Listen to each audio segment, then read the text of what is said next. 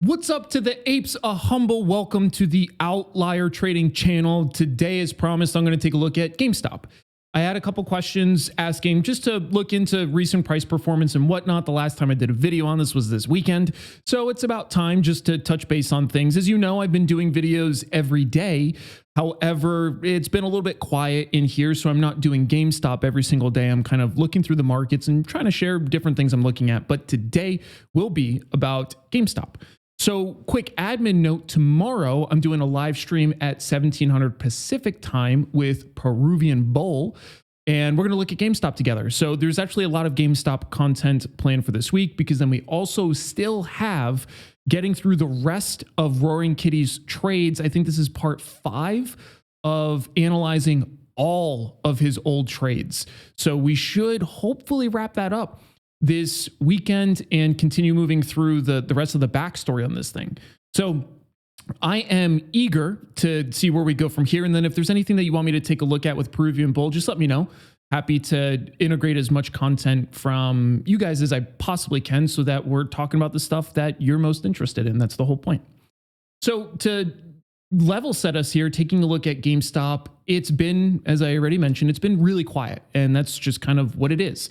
I know it's easy. Well, I know a lot of other people, they really go the route of like trying to pump and, you know, give people a ton of hope about everything. And I'm honestly just much more stoic than that.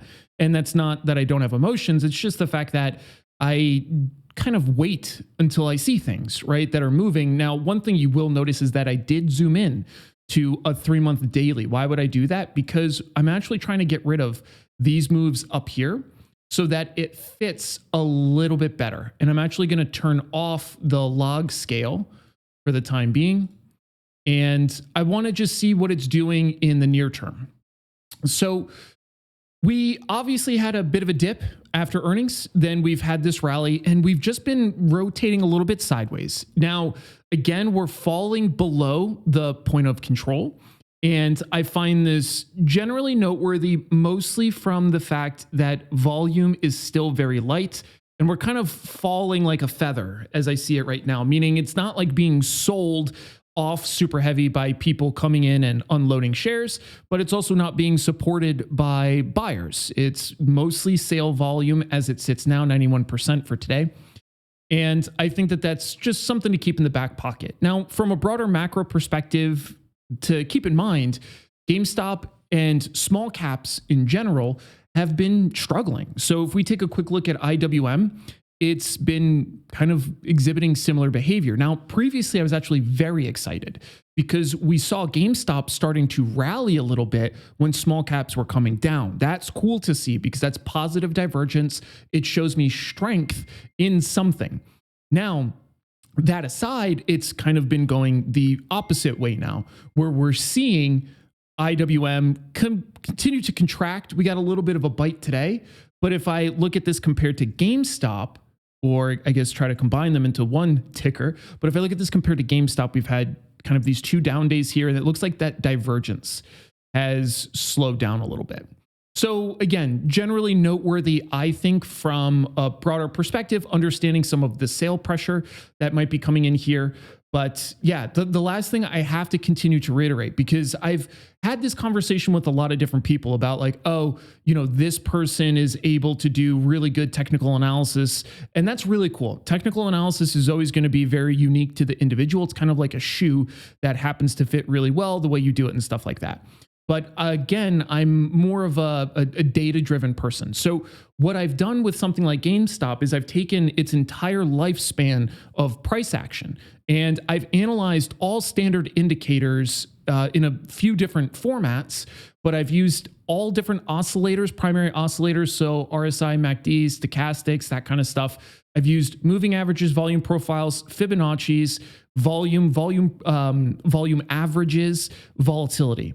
And volatility through ATR, ADR, implied volatility, realized volatility. That's kind of an overview of the broad buckets that I've looked at. And I analyzed the predictive capability of these different tools. I actually have a video that's coming out this Saturday that talks a little bit about the behavior of meme stocks in general and how they tend to move. What I'm trying to highlight is you can absolutely analyze something like GameStop. But your standard technical analysis that most people use to analyze just price and volume, it will work way differently in something like this. Standard technical analysis does not work well in GameStop. And I'm saying that from a quantitative perspective. I'm not saying that there isn't a way to use technical analysis to come up with ideas. Of course there is. But again, I differentiate the way that I look at these things because it's so easy to give yourself confirmation bias. Like, oh yeah, I knew for sure it was going to do this. And then you see it happen. So then that artifact gets logged. But then when we look at that same indicator over the last X period and it doesn't trigger, we're not actually logging those failed signals. The only reason why I'm highlighting this to you is because I found in my brief looking at GameStop this closely over the last 5 months or so, that it tends to have very specific behavior that does not coincide with standard technical analysis indicators well at all. So the reason why that is if you think about the profit mechanism of something like GameStop, we have a couple of them, right? One of them is the business, hopefully, is continuing to innovate and changing direction. That's a long-term process, right? We're talking about years, literally years, for this pivot to happen and then GameStop to consume more and more market share as it expands its business lines. Maybe it gets into collectibles. Maybe it gets into e-gaming. I've heard people come up with all sorts of ideas that sound pretty cool. That's one route, long-term. Short-term are these really erratic price movements. These erratic price movements, sometimes squeezes, either general short squeeze, sometimes it's gamma squeezes, sometimes it's other factors that kind of combine into something that causes these movements. Those have very specific traits and they behave differently compared to what normal technical analysis is designed to analyze, which is price and volume movements, right? Because the reason being is these are structural constraints that cause these movements. This isn't the accumulation of institutional investors who are now very eager to get into GameStop and they're piling in hand over fist over the course of 2 days, driving up price a multiple of 6 plus, right? That's not what's happening here. What's happening here is we're having, again, some sort of short squeeze where people are being forced to liquidate, unwind to cover risk. That does not work with standard technical analysis.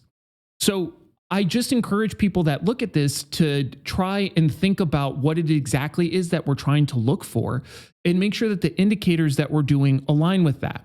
The last point I'll make on this is support and resistance, right?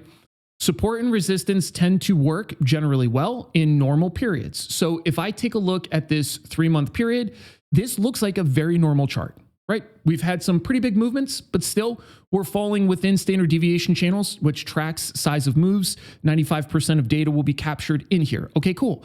I'm seeing things that are having normal price rotation. I'm seeing consolidation where we get multiple days in a row of these kinds of prices, so on and so forth. That's normal. And GameStop exhibits normal tendencies until it's not normal. So here you might be looking at all this consolidation, seeing all this stuff going on.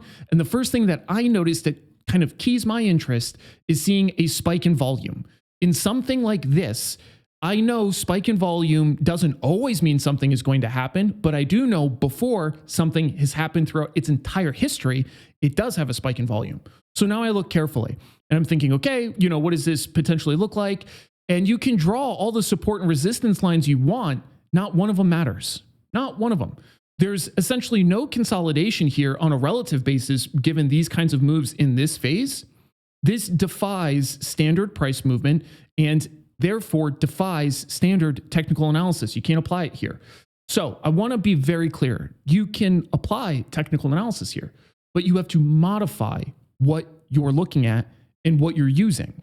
Because standard technical analysis does not work well in GameStop when it's going through its phases. This is standard in here, completely standard. Nothing offbeat about it. But the interesting stuff about GameStop for the short-term price movements via some sort of significant peak, those break all the standard rules. So a little bit of an interesting conversation I was having with a few folks, and somebody actually sent me an email asking about it. So that essential part of this video is for Mike, who was just curious about how application of standard technical analysis works with something like GameStop. And notice how I'm very particular. I'm not saying technical analysis, I'm saying standard technical analysis, because we can still come up with tendencies, profiles, things like that, that use short squeezes, which again, that's a primary profit mechanism for stuff like this, not limited to GameStop, for the short-term movements. And again, the video on Saturday will go through that way more in detail so that you have a sense of how to look at this objectively for yourself. Okay, so now let's take a look at the options really fast. And it's because there's a few things that stuck out to me. The first thing is we're still well over 2 times call to puts. I find that interesting. And I continue to find that interesting even with today. However, the part that is a little more concerning to me as I think about it is we can see that there's a lot of short calls being offered. And that's people probably who have shares that are selling calls against them. I sell calls against my shares when it's in periods like this because it's a way for me to make some more money while GameStop is moving sideways or rotating over. That's exactly all there is to it. And I know some people get upset about that, which I always find funny because actually if I sell calls, then that requires a market maker to buy shares to hedge the position as it gets close to expiration, especially if my strike is in the money. So really, I thought people would be happy about that. But I get it. And I joke because a lot of people just don't want anything negative with GameStop, which I respect. I understand. But I'm a trader. It's what I do. So I have my shares, as I continue to reiterate, but that's more of a participation thing than anything. I'm not actively trying to trade those. And then I trade options around it as it's moving. But really, the only options I have right now are short calls against the shares, not covering them. So I have uncapped profit potential.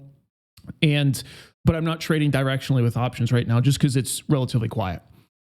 Now, the other thing I want to highlight is looking at the volatility surface, we see a couple anomalies. One of them is here in 17 Jan 25. Notice how high that volatility is relative to everything else that's around it. So that's something I'll keep an eye on because those I do try to trade in here, they tend to work really well for kind of a short-term relative value play for volatility. But that's kind of playing it between a couple expirations, maybe, like a few weeks, if that. So it's a shorter term thing that's essentially trying to play the relative movement of this volatility compared to something else. So for example, you could do this and expecting this to expand, this to contract, stuff like that. So that's that. Now, the last thing I want to look at with you is actually just going through unusual whales really quick. And I just want to pop into a few things, specifically any interesting order volume that we've gotten. And I mean, Cliff Notes is I haven't really seen anything come through, but I'll still take a look at it with you. Let's take a look at what is today, the 2nd of October here. So, I mean, we're like real quiet in terms of larger volume, right? So we're even catching stuff that's hundreds of dollars. So very quiet today. If we take a look at yesterday, we had one come in at the 17 Jan 25s. What I'm noticing is these longer term options have been getting hit so much more than they tend to, at least based on what I've seen. Because I also know that the 35s got hit out there. So I want to highlight that just from a simple departure from the way that I've seen this typically move, where the overwhelming concentration of OI and volume has been in the front expirations. That is genuinely not the case now. It is a bit of a mixed bag. So if we look across the different series right now, for Oct, this coming Friday is 125K versus 25K. 11 is 36 versus 13. 18 is 269 versus 92. That is relatively new. So what that tells me is things are just a little more quiet here. That's really what this tells me. And out at that 17 Jan expiration, which we've seen hit a few times now, is 180 over 96. So that means that we have actually several expirations that are higher than the front expiration, which tends to just mean quiet. But again, the one thing we have to reiterate with something like GameStop is that it is quiet until it's not. It happens fast. So just because it's quiet today doesn't mean it's not quiet tomorrow. You have to really stay on your toes. I have, again, a series of different nets that I use to track movements, not just in GameStop, but in anything for me to trade. And anything like this, they tend to move really fast. So you have to be ready to pivot quickly, which kind of is what makes them fun. So That's what I'm seeing in GameStop as always. Anything that you want to take a look at, let me know. Anything we should look at in the live stream tomorrow with Peruvian Bull, let me know. And then the same thing for the Saturday GME live stream. We're typically focusing on Roaring Kitty's old trades, but anything else that we should dive into after that, go super far into the weeds, you know I'm here for it. If you need anything, let me know. Be an outlier. I'll see y'all later.